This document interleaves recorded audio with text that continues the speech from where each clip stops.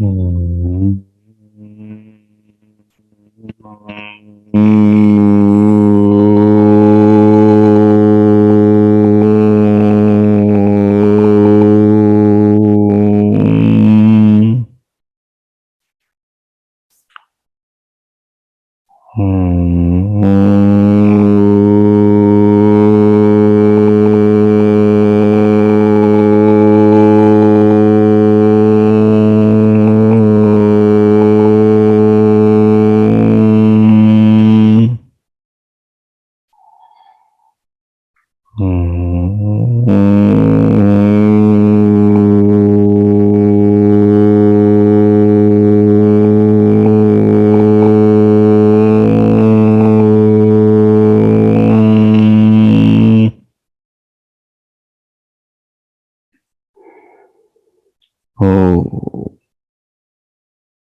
वैदिकी अमृत ध्यान साधना प्रभात सत्संग में आप सभी साधक साधिकाओं का, उपासक उपासिकाओं का हार्दिक स्वागत।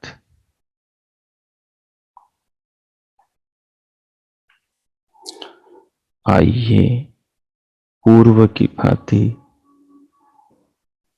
आज के ब्रह्म वेला में, आज के ब्रह्म मुहूर्त में भी हम उन महान प्रभु भगवान सच्चिदानंद परमेश्वर के महान गुणों का गान करते हुए अपने हृदय को महान बनाएं, अपने हृदय को पावन करें, अपने हृदय को निर्मल करें, चित्त को शुद्ध करें, अंतकरण को पावन करें। जगत में और जीवन में, संसार में और शरीर में प्रभु की अनंत कृपाएं, अनंत व्यवस्थाएं, अनंत नियम है जो निरंतर अहर्निश काम किए जा रहे हैं हमारे जीवन के धारण के लिए, जीवन के पोषण के लिए, जीवन को बनाए रखने के लिए और जीवन को गति देने के लिए। उन प्रभु के उन महान उपकारों का, नियमों का, कृपाओं का, व्यवस्थाओं का हम अवलोकन करें। उनके अवलोकन से उन पर विचार विनिमय, चिंतन मनन करने से, साक्षात उनका अंतकरण द्वारा अनुभव करने से हमारे चित्त में भगवान के चिंतन के, भगवान की महिमा के बोध के, भगवान की कृपाओं के एहसास के संस्कार पड़ेंगे। ये संस्कार हमारी आत्मा को परमात्मा से जोड़ेंगे। ये संस्कार हमारे जीवन को अध्यात्म की दिशा में लेकर जाएंगे। ये संस्कार हमारे अंतकरण को सात्विक संस्कारों से सिंचित करेंगे। ये संस्कार हमारे पुराने बुरे संस्कारों का नाश करेंगे। ये संस्कार हमें इस जीवन में और अगले जीवन में उत्तम समझ, उत्तम बुद्धि को देने वाला आधारभूत वर्तमान में निर्माण करेंगे, हमारे व्यक्तित्व का विकास करेंगे। तो इन संस्कारों को हम बनाएं। ये संस्कार बड़ी अनूठी और अनमोल संपदा है। इन्हें हमसे छीनने वाला संसार में कोई नहीं है। ये हमारे साथ में जीवन के रहते हुए भी रहेगी, शरीर के बाद में, मृत्यु के प्रांत में भी अपने साथ जाएगी। संस्कारी मनुष्य की वास्तविक संपदा है, जिस पर उसका एकाकी पूर्ण अधिकार है। सो आइए इस संस्कार की संपदा को बढ़ाएं, संस्कार की संपदा को जीवन के मूल सिद्धांतों के चिंतन से बढ़ाएं, जो समग्र जीवन का आधार, विधाता का वेद ज्ञान, संपूर्ण विश्व की रचना सामग्री का जो मूल मैटर प्रकृति है, उसके जो 24 विकार और उनसे बनी ये दुनिया है, जिसके लिए इस सारे संसार को विधाता ने बनाया है, वो जीवात्मा, वो आत्माएं हम हैं। हम इन बातों पर विचार करें। हमारे आने का प्रयोजन क्या हो सकता है संसार में, और हमारे फिर से देह छोड़कर अगले शरीर में जाने का प्रयोजन क्या हो सकता है। इन तत्वों पर हम विचार करेंगे तो बातें खुलती खुलती चली जाएगी और बुद्धि बढ़ती बढ़ती चली जाएगी, दृष्टि सूक्ष्म से सूक्ष्म होगी और जीवन में जो तनाव है, परेशानियां हैं, वो सारी समस्याएं दूर होती चली जाएगी। चाणक्य कहता है, भगवान से प्रार्थना करता है कि सब कुछ मेरा चला जाए, बस इतनी कृपा करना भगवान कि मेरी बुद्धि बनी रहे। बुद्धि रहेगी तो फिर मैं नए सम्राटों का निर्माण करूंगा और फिर से राष्ट्र को उत्तम राष्ट्र बना दूंगा। बुद्धि का निर्माण संस्कारों से होता है, तो व्यक्तित्व का आधार व्यक्ति के संस्कार है और संस्कारों का सृजन अनुभवों से और अनुभव कर्म से उत्पन्न होते हैं। कर्म मानसिक होता है, कर्म वाचनिक होता है, कर्म शारीरिक होता है। मानसिक कर्म सबसे सूक्ष्म होता है। हर कर्म का मूल मानसिक कर्म होता है। शरीर से कर्म जब होता है, जब उस कर्म का बीज मन में बोया गया हो। वाणी से कर्म तब होता है जब उस वाणी के वाचनिक कर्म का बीज मन में बोया हुआ हो। मन में जो व्यक्ति बोता है वही अंकुरित होकर, पल्लवित और पुष्पित होकर व्यक्ति के व्यवहार में प्रकट होता है। या तो वो वाणी के द्वार से होता है या फिर वो शरीर की क्रियाओं के द्वार से बाहर प्रकट होता है। तो सबसे जो मूल सुधार का जो स्थान है, जहां पर अपने को सुधार करना है, वो अपना मन है, वो अपना चित्त, वो अपना अंतःकरण है। उसमें हम सुधार करेंगे तो सुधार होता चला जाएगा, और यदि हम उसमें सुधार नहीं करेंगे, हम डालियों को, पत्तों, फूलों को, फलों को, टहनियों को सींचते रहेंगे तो तना उस अमृत से अछूता रह जाएगा। सींचना हमें टहनियों, डालियों को नहीं, पत्तों, पुष्पों को नहीं, हमें सींचना तनों को है, जड़ों को है। जिसने जड़ों को सींचा है उसने मीठे फल, हरे पत्ते, मजबूत तना, शाखाएं और भरपूर ऑक्सीजन और खूब छाया और अंत में उत्तम ईंधन पाया है। तो हम इस तत्व को बारीकी से समझेंगे तो बात समझ में आती चली जाएगी कि अपने को संस्कारों में परिवर्तन लाना है। कैसा परिवर्तन? आध्यात्मिक परिवर्तन, वैदिक परिवर्तन, वेदानुसार परिवर्तन, भगवान के आदेशानुसार बदलाव लाना है। और वो बदलाव की शुरुआत कहाँ से होती है? सृष्टि के चिंतन से उस बदलाव की शुरुआत होती है।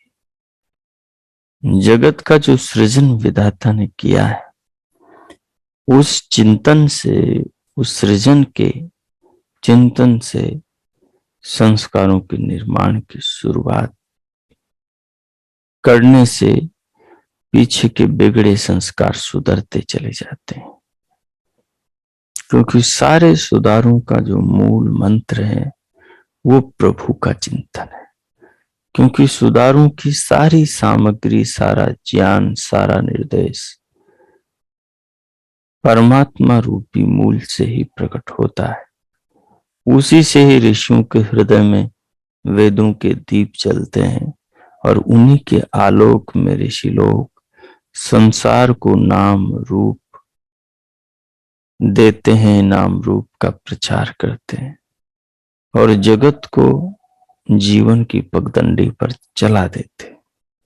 तो जो मूल स्रोत है वो प्रभु है। तो हम क्या देखेंगे? हम ये देखेंगे अपनी बुद्धि के लाइट में, उसके प्रकाश में, उसकी रोशनी में। ये देखेंगे कि जगत में प्रभु ने क्या हमारे लिए किया है। या फिर ये सोचें कि हमारे लिए ऐसा प्रभु ने क्या नहीं किया जिसके बिना हमारा जीवन अधूरा रह गया। ऐसा कुछ जिसके लिए हमने किया हो और प्रभु ने हमारे लिए ना किया हो। हमने मेहनत करी हो और प्रभु से हमें उसका फल न मिला हो। हम कहीं गए हो और वहां पहुंचे ना हो। हमने किसी को कुछ बोला हो और उसने कुछ सुना ना हो।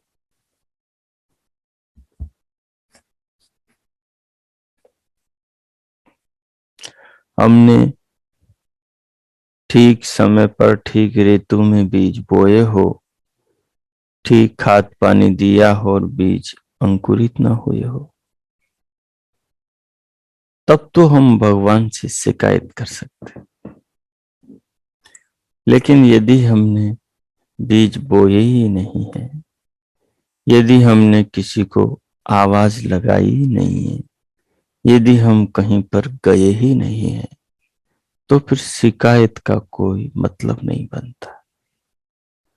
हमने अपने आत्मा को ऊंचा उठाया ही नहीं, हमने वेदों को पढ़ा ही नहीं, हमने भगवान की कृपाओं का चिंतन मनन और जीवन में अनुभव किया ही नहीं, तो हम भगवान को कोस नहीं सकते कि हमारा हृदय निर्मल क्यों न हुआ, हमारी आंखों में, हमारे मस्तिष्क में जगत के प्रति प्रेम की ज्योति, वसुदैव कुटुंबकम के भाव हमारे हृदय में पैदा क्यों नहीं होते। हम क्यों सब इंसानों को मित्र भाव की दृष्टि से नहीं देख पाते? क्यों हमारा राग द्वेष लोगों में, जगत में ईर्ष्या भाव रहता है? क्यों हमारे हृदय बदल नहीं पाते? क्योंकि हमने बीज बोए नहीं।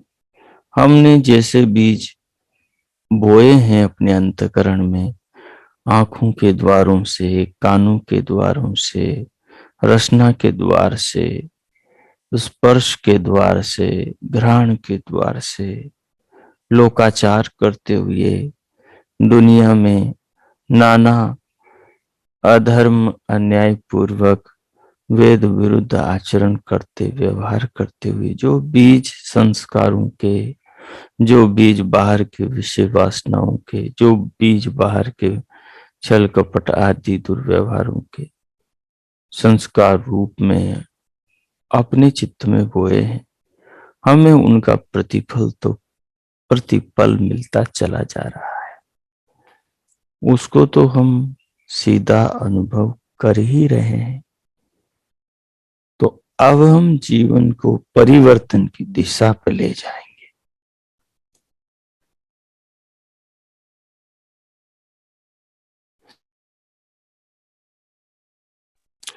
तो अब हम जीवन को परिवर्तन की दिशा पर ले जाएंगे।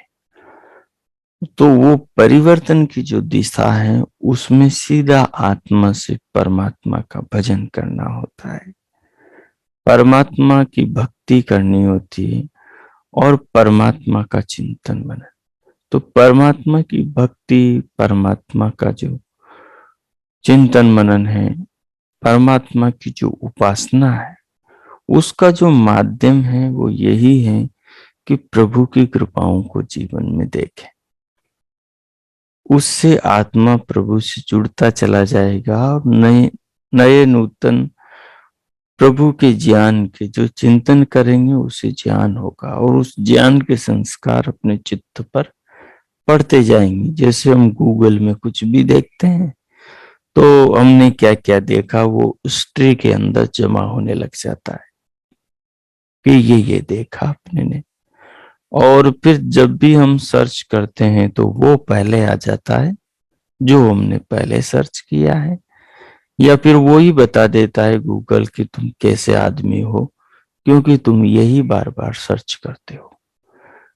तो जब हम सर्च भगवान का ज्ञान, भगवान की कृपाओं को करेंगे, हम इस जीवन को समझेंगे अंतकरण के तल पर, चिंतन के तल पर, तो फिर क्या होगा कि हम जो सर्च कर रहे हैं, जो चिंतन कर रहे हैं, जो विचार कर रहे हैं, वही संस्कार बनकर स्त्री में, हमारे अंतकरण में, हमारे चित्त में इकट्ठे हो जाएंगे। और भविष्य में जब पीछे जाकेंगे तो वो सारी स्मृतियां, वो सारा सर्च, पूरा सर्चिंग बॉक्स हमें दिखाई देगा कि हमने अतीत में कब से अब तक क्या सर्च किया, क्या चिंतन, क्या विचार किया, क्या सोचा समझा, वो सब देगा। इसलिए जीवन की गणित तो प्रभु ने बहुत साफ सुथरी बनाई कि उसे अनपढ़ भी पढ़ सके, उसे ना समझ भी समझ सके। बस हृदय शुद्ध निर्मल होना चाहिए। जिसका जितना हृदय निर्मल है उसका हृदय उतना साचा है, उसका हृदय उतना इस जगत में, ब्रह्मांड में जो विज्ञान विश्व का फैला हुआ है सूक्ष्म तरंगों तरंगों के रूप में, तो उसको उसी का चित्त का मंडल, बुद्धि मंडल पकड़ पाता है, जिसका हृदय अंतकरण पावन होता है। तो अपने को, अपने हृदय को पवित्र करना है, अंतकरण को पावन करना। और वो पावन, पावन तब वस्तु के चिंतन से होता है। पावनतम संसार में पावमानी है, वेदवाणी है और पावमान है। उस वेदवाणी का उपदेश करता विधाता भगवान है। वो अग्नि है, वो अग्रणी है, वो पुरोहित है, सबका पूर्व में हित चाहने वाला है। हम उसके पीछे चले। वो होता है, यज्ञ कर रहा है, विश्व यज्ञ को वही विधाता कर रहा है। उसी की कृपा से हमें पल पल जीवन मिल रहा है। ये श्वास की आहुति जो है वो भगवान ही तो भीतर भर भर के हर बार नई नूतन श्वास इस मनुष्य शरीर रूपी यज्ञ में होम रहा है। नासिका घ्राण रूपी द्वार से, नेत्र रूपी द्वार से मार्गदर्शन, मार्ग दिखा रहा है। कान रूपी द्वार से शब्दों की आहुतियां दे रहा है। मैं बोल रहा और आपके कानों में ये शब्द जाके पढ़ रहे हैं। और ये जो साकल्य मेरे भीतर तैयार हो रहा है, सामग्री आपके भीतर तैयार हो रही है, इसी को ही तो हम अंदर से बाहर डालते हैं, क्रिया में, व्यवहार में, वार्तालाप, बोलचाल में लाते हैं। तो ये जो भी हो रहा है, ये यज्ञ हो रहा है, और इस यज्ञ को करने वाला भगवान। इसलिए ऋग्वेद ने,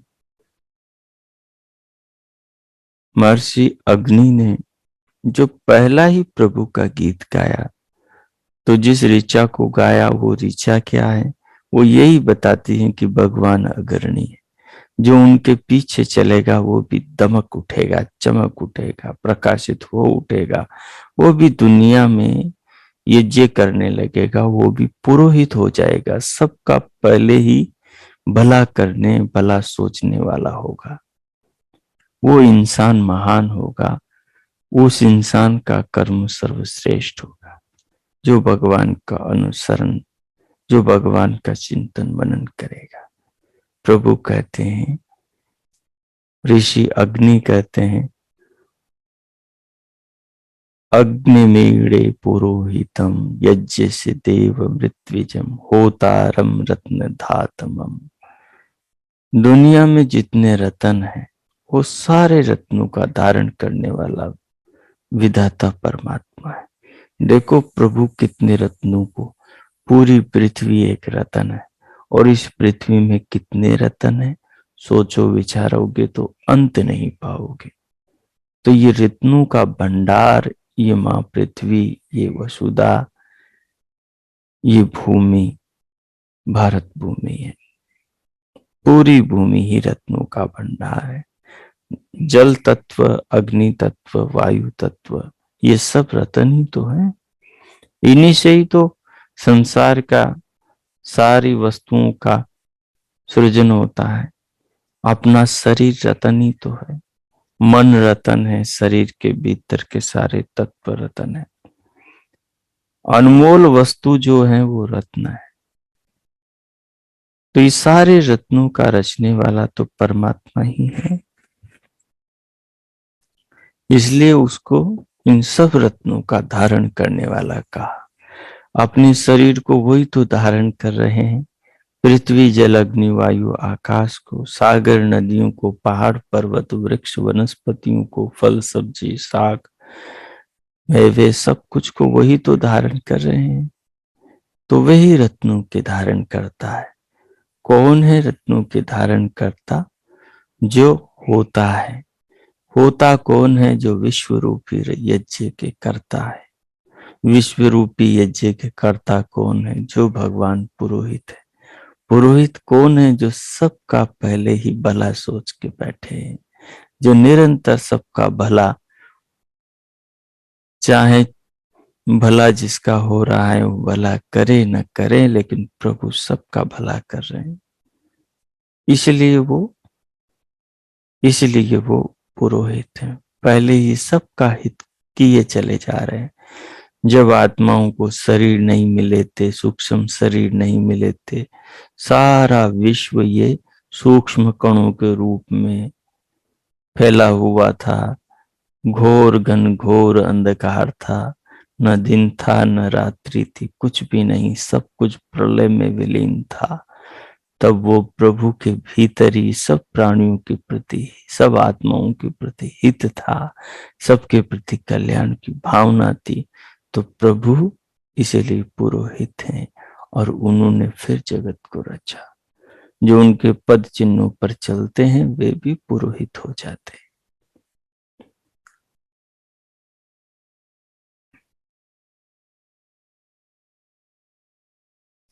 भगवान अग्नि मेरे पुरोहितम, वो अग्नि है।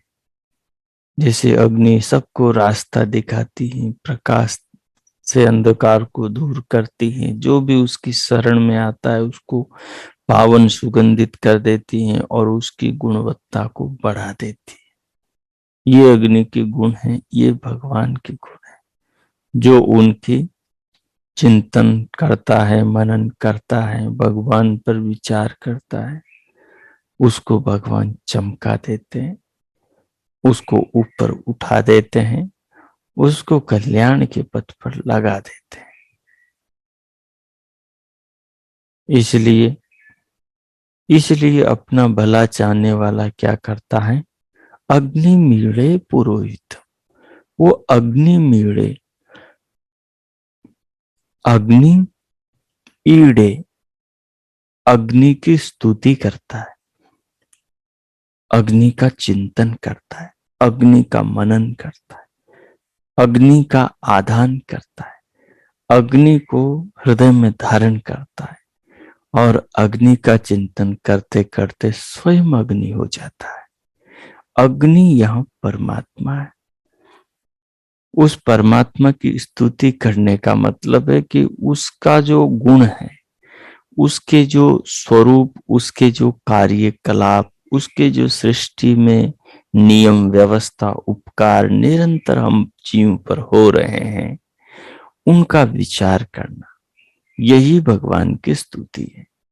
अब विचार करेंगे तो प्रभु तो महान काम कर रहे हैं, तो महान कामों को हम जैसे ही सोचेंगे तो हमारा हृदय गदगद हो उठेगा, हमारा हृदय निर्मल, हमारा हृदय पावन हो उठेगा कि वाह प्रभु, आप तो इतने महान कार्य कर रहे हो, हमारे तो दिमाग में ही नहीं आते ऐसे काम कि हर पल आप भला किए जा रहे हो सारी सृष्टि सब प्राणियों का। तो ये जब भगवान को वो ध्यानस्थ होकर भगवान की कृपाओं को शरीर और संसार में, जगत और जीवन में देखता विचारता है, तो ये देखना विचारना ही स्तुति बन जाती है, यही स्तुति होती है। महर्षि स्वामी दयानंद महाराज कहते हैं कि भगवान का गुण कीर्तन तो करना और अपना जीवन न सुधारना तो भांड की तरह चिल्लाना है। तो भगवान ने जो भी कहा है वो भगवान कर रहे हैं अपने लिए। तो वैसे हम भी जो भी चिंतन करें, जो भी विचार हमारे को अंदर अनुभव हो और सीखने को मिले भगवान का चिंतन करने से, जो कुछ उसको हम भी जीवन में उतारे, हम भी अग्नि के अनुकरणी बने, उसके अनुगामी बने, उसके पीछे पीछे चले। जैसे रास्ते में आगे जाना हो तो आगे लालटेन कर देते हैं, हाथ में पकड़ लेते हैं टॉर्च, वो आगे आगे प्रकाश दिखाती, हम पीछे पीछे चलते हैं तो मंजिल पर पहुंच जाते हैं। ऐसे ही हम भगवान को आगे कर लेंगे, प्रभु को आगे कर लेंगे और उनके पीछे चलेंगे प्रकाश में। भगवान अग्नि है, उनका प्रकाश क्या है? उनका वेद का ज्ञान ही उनका प्रकाश है। तो वेद के ज्ञान के अनुसार हम व्यवहार करते हुए आगे बढ़ते जाएंगे तो मंजिल तक, आत्मा के दर्शन तक, परमात्मा के दर्शन तक और जन्म मरण से छुटकारा पाकर परमानंद परमात्मा को, मोक्ष को पालेंगे, उस उत्तम लोक तक, उस जीवन की परम सफलता तक पहुंच जाएंगे। तो इस प्रकार आप ध्यान में आत्मस्थ होकर विचार करेंगे। यही भक्ति है, यही उपासना है। इन्हीं विचारों से आत्मा परमात्मा से जुड़ता है, इसी को योग कहते हैं। तो अब मैं मौन होता हूं और आप 5-7 मिनट इस प्रकार से विचार करें, प्रभु की कृपाओं को जीवन में, जगत में, सृष्टि में देखें, उनके नियम व्यवस्थाओं पर विचार करें, बाहर से भीतर आते इस श्वास प्राण पर विचार करें, शरीर पर, शरीर के भीतर की व्यवस्थाओं पर, अंग प्रत्यंगों पर विचार करें। इनसे जो जीवन में अपने को मिल रहा सुख है, उन्नति के अवसर है, इन सब पर विचार करें आप। मैं मौन होता हूं, आप कीजिए। सर्वप्रथम उसके लिए जिस आसन पर आलती पालती में बैठे हैं उसको व्यवस्थित कर लें। कमर पीठ गर्दन को सीधा रखें, सहज रखें ताकि आलस न घेरे बीच में। और तत्पश्चात हथेलियों को गोद में बाएं के ऊपर दाईं या घुटनों पर रखें कटोरी की भांति बनाकर, और नेत्रों को बंद रखें और पलकों को सहज रखें। इस प्रकार मुनियों की तरह, ऋषियों की तरह ध्यानस्थ होकर बैठें और मुखमंडल पर प्रसन्नता रखें और मन में मिठास रखें पूरे शरीर को शिथिल करें और शांत होकर स्वयं को अनुभव करें। फिर बाहर से जो भीतर भगवान इस जीवन रूपी यज्ञ में जो आहुतियां डाल रहे हैं, प्राणों की, श्वास की, इनके प्रति जागरूक हो और प्रभु के इस मृदु प्रेम को जो प्रतिपल हमें जीवन दे रहा है, श्वास, ये प्राण, इसको लंबा गहरा लयबद्ध करके अनुभव करें। अनुभव करते हुए पूरे शरीर को अनुभव करें, फिर शरीर में उतर जाएं। अनुभूति के माध्यम से दोनों कानों के आकाश में दिव्य नाद सुने और फिर दिव्य प्रकाश भ्रुकुटी में देखें।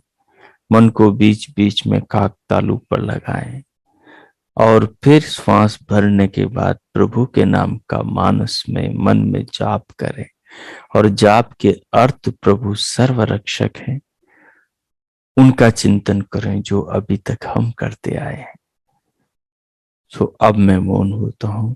5-7 मिनट आप इस प्रयोग को करें और अपने हृदय को इन संस्कारों के, विचारों के, भावों के संस्कारों से संस्कारित करें और हृदय को पावन करें और आत्मा को परमात्मा से इन भावों से जोड़े रखें।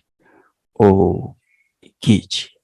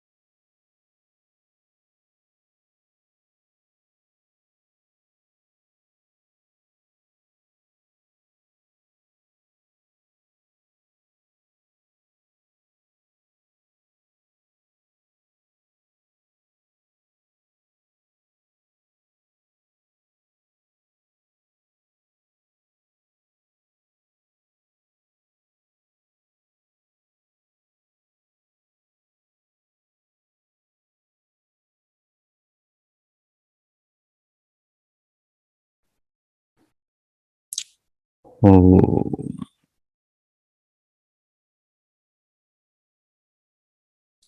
ओम।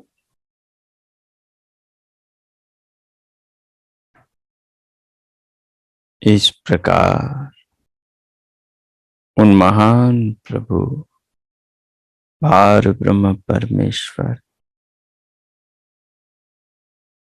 दया सागर भक्तवत्सल भगवान जगदाधिपति जगदीश्वर की अनंत कृपाओं को, उनकी व्यवस्थाओं को, उनके उपकारों को जीवन में, जगत में, संसार में, शरीर में देखते, विचारते, आत्मा से शरीर में अनुभव करते हुए भगवान का धन्यवाद करें। मानसिक रूप से प्रभु नाम का जप करते हुए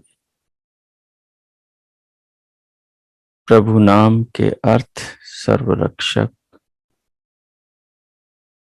भाव पर स्वयं की आत्मा को केंद्रित रखते हुए दिव्यनाद सुनते हुए, दिव्य प्रकाश देखते हुए बाहर से भीतर आ रहे प्राणों को, प्रभु प्रेम को अनुभव करते हुए जो हृदय में, अंतकरण में संस्कार डाले हैं, इन क्षणों में जो चिंतन किया है, इसका जो अवसर प्रभु कृपा से हमें मिला है, उसके लिए भगवान का धन्यवाद करें और इस दिशा में जीवन सदैव अपना चलता रहे, उसके लिए प्रभु से प्रार्थना करें। भगवान का कोटि कोटि धन्यवाद करें। उनके प्रति अपने हृदय में कृतज्ञता, श्रद्धा, आस्था, समर्पण के भाव अनुभव करें।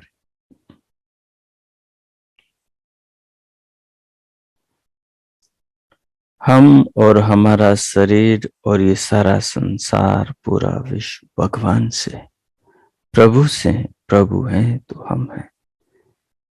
उनकी कृपाओं से ही हमें सब कुछ प्राप्त हो रहा है। भगवान के प्रति धन्यवाद, कृतज्ञता का भाव रखते हुए अब स्वयं को भीतर से बाहर लाएं।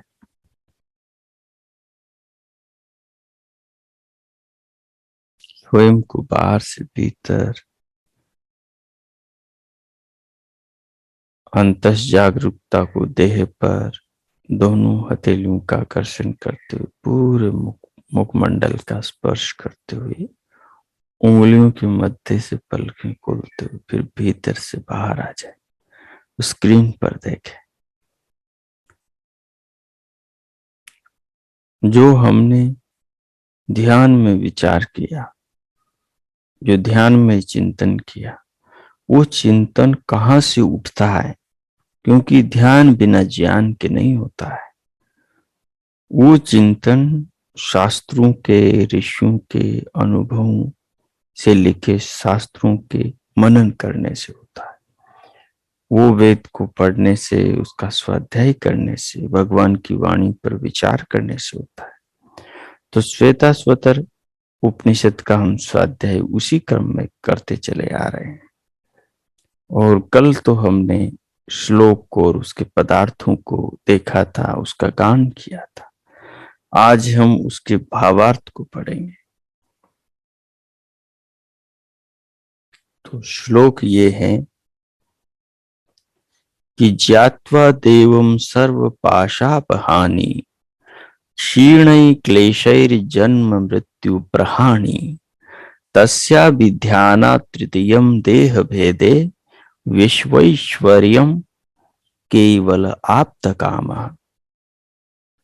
इसको कल हमने, इसके पदार्थों को हमने समझा और इसका गान किया था। आज इसका भाव देखते हैं।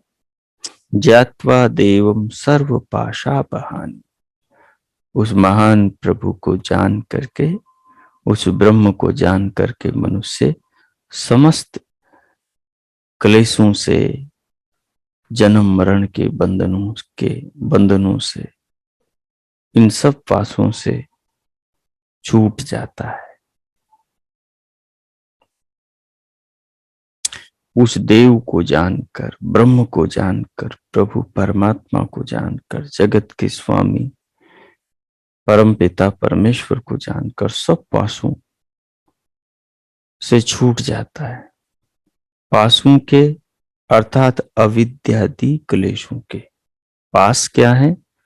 रस्सियां क्या है जिनसे आदमी बंधा हुआ है, बार बार जन्म मरण में जाता है, लक 84 में भटकता है। वो पास है अविद्या, अस्मिता, राग, द्वेष, अभिनिवेश। वो क्लेश ही पास है, वही बंधन है, वही परमात्मा की ओर, मुक्ति की ओर आत्मा को जाने नहीं देते।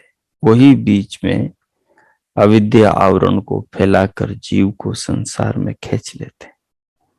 तो करें उस भगवान का भजन करने से, नित्य चिंतन मनन करने से प्राणी मनुष्य उन पासों से छूट जाता है। जो अविद्यादि क्लेशों के पास है उनसे छूट जाता है। छूट जाने से जन्म मृत्यु छूट जाते हैं, फिर जन्म मृत्यु नहीं होते। पहले पास छूटना, फिर देह छूटना। पहले पास यानी पहले अविद्या का नाश होता है। अविद्या के नाश होने से फिर जब देह छूटती है, जब देह से आत्मा निकलता है शरीर की अवस्था पूरी होने पर, तो फिर वो सीधा परमात्मा को जाता है, क्योंकि पहले अविद्यादि कर्म क्लेशों का नाश तो कर ही दिया। अभी तक देह के कारण संसार के सुख प्राप्त होते थे जब तक शरीर था, परंतु अब देह छूटने के बाद तृतीय अवस्था आती है। पहली अवस्था है ब्रह्म को जानना। दूसरी अवस्था है ब्रह्म को जानने से क्लेशों का, अविद्यादि का छूटना, उन बंधनों का नाश होना, उनका कटना। ज्ञान के संस्कारों से अज्ञान के संस्कारों का विनाश होना। ये पहली दूसरी व्यवस्था। इसी के कारण फिर जब मृत्यु होती है और उससे जीवात्मा निकलता है तो फिर तीसरी अवस्था आती। वो तीसरी अवस्था क्या है? जब देव के ध्यान से ही विश्व के ऐश्वर्य को, सुख आदि को प्राप्त कर लेता है जीवात्मा, योगी साधक, तो केवल हो जाता है। केवल अर्थात अविद्यादि से रहित हो जाता है, कैवल्य को प्राप्त करता है, अर्थात अपने स्वरूप में अवस्थित हो जाता है। ऐसा अपने स्वरूप में अवस्थित हुआ ही आप्त काम हो जाता है। कोई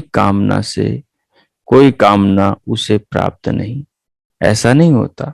अर्थात कोई कामना शेष उसके अंदर नहीं रहती संसार की।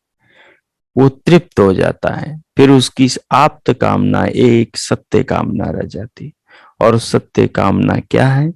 वो शाश्वत परमात्मा की ऐश्वर्य मुक्ति को प्राप्त कर लेता है, परम आनंद को प्राप्त कर लेता है। फिर उसकी कोई कामना नहीं रहती, वो निष्काम हो जाता है और जीवन उसका सफल हो जाता है। लेकिन ये कब होता है?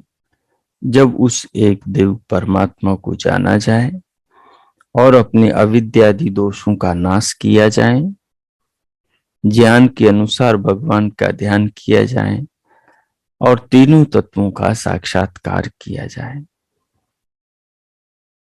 फिर उसके बाद में जब सम्यक दर्शन हो जाए तो फिर आत्मा कैवल्य को प्राप्त होता है, मुक्ति मोक्ष को प्राप्त होता है और जगत से, जन्म मरण के बंधनों से, लक्ष्य 84 से छूट जाता है। और वो आनंद इतना अद्भुत होता है कि संसार की कोई चाह नहीं रहती, संसार की कोई चाह नहीं रहती। ऐसे तो इस प्रकार इसको आत्मचिंतन को करते हुए और भगवान की ध्यान साधना करते हुए उनकी भक्ति करने से आत्मा परमात्मा से जुड़ता है।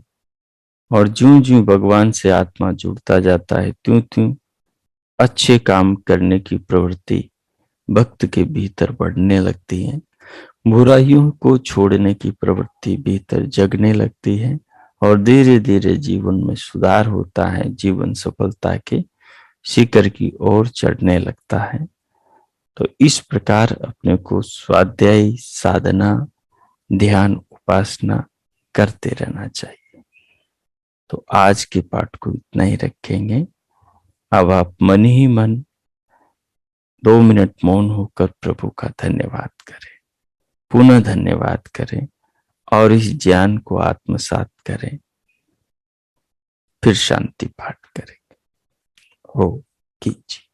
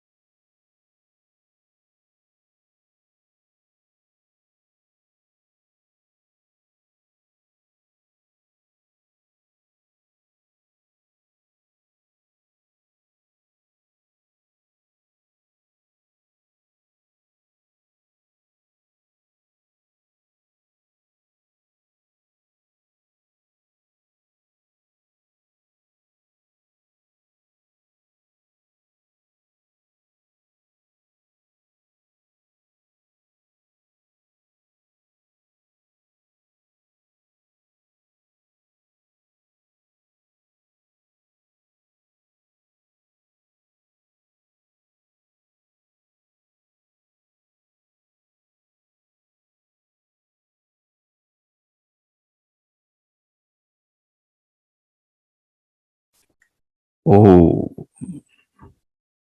इस प्रकार प्रभु का धन्यवाद करते हुए, इस ज्ञान को आत्मसात करते हुए अब हम शांति पाठ करेंगे।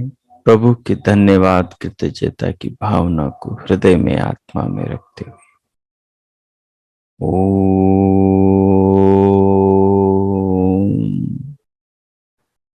ओम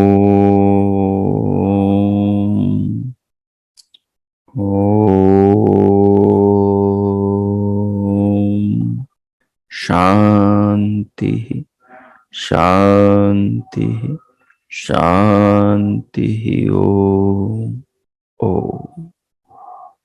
आज का आप सबका दिन शुभ हो, मंगलमय हो। प्रभु से सबके लिए बहुत बहुत मंगल कामनाएं, बहुत बहुत शुभकामनाएं। हम सब भगवान के ज्ञान की राह, वेद के मार्ग पर चलें और उससे अपने आप को सुखी करें, अपने परिवार, समाज, देश, राष्ट्र, विश्व को सुखी करें। हम जीवन में शिवा और शिव बने, कल्याणकारी कल्याणकारी बने और सबके लिए मंगलदायी बने। इस प्रकार अपने जीवन को सफल करें, सच्चे रूप में हम वैदिक आर्य बने। बहुत बहुत शुभकामनाएं। इति ओम शांति।